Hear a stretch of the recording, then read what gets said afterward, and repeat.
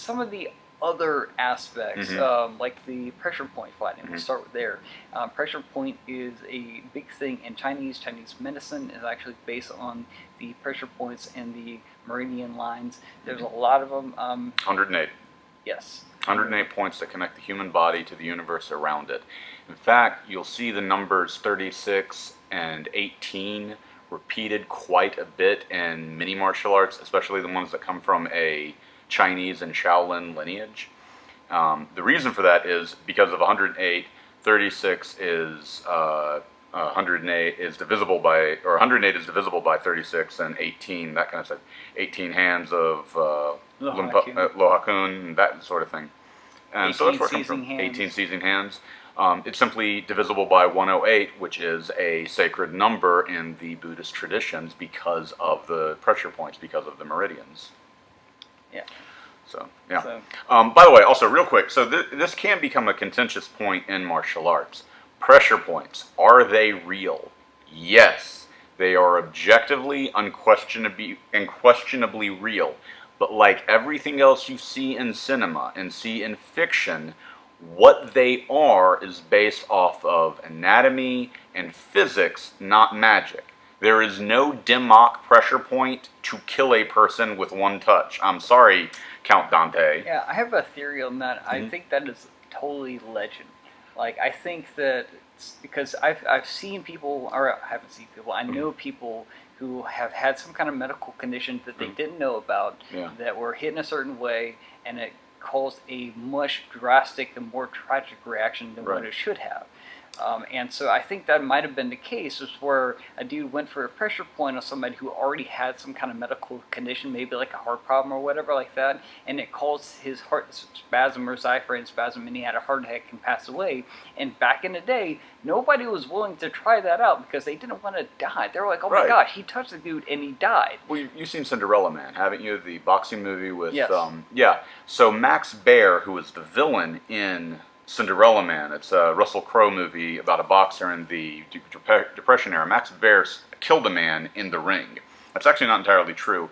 He punched the guy and he died in the hospital a couple of days later. The thing is that guy had suffered an accident or a tragic beating, something, and everything in his skull and in his brain was primed. All it took was the right pressure at the right spot. That kind of crap. And so, yeah, that will totally lead to that kind of thing, and that's medically documented. Yeah, so if that happened back in the day when they didn't have any kind of medication to determine how the person died, then a lot of ignorant people are going to believe, oh, he just died because you touched him in a certain area. That must be a death touch. Right. You know, so I think it has to do more with legend based on this one anecdotal evidence thing where, like, I happened to hit him, he fell over. But, I mean, he is right. It does kind of highlight, though, with the pressure points and how they use them. They acknowledge the fact that they don't often work on every single person the exact same way because everybody's different, right? And so, like, sometimes the points that I have are not going to be located in the same places that he has. You know, sometimes I may not even have them at all. And the pressure points that work for one person won't work at another person. So, like, if I have a pressure point here, and I press into it really hard, it doesn't do anything. I can maybe press here on him, and it works great.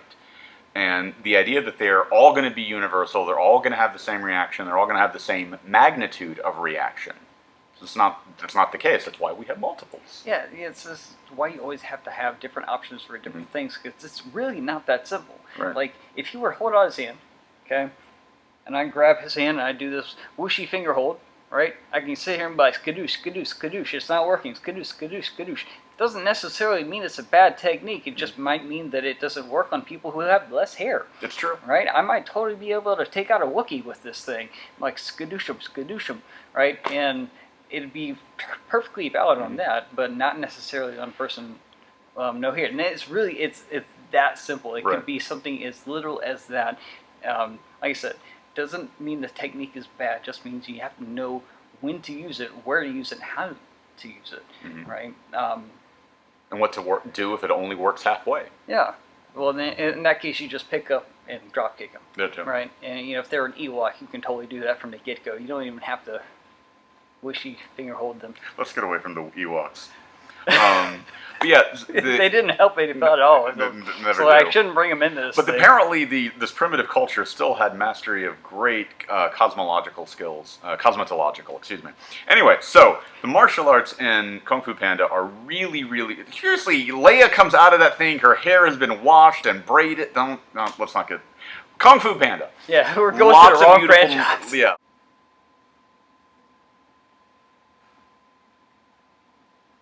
Skidoosh.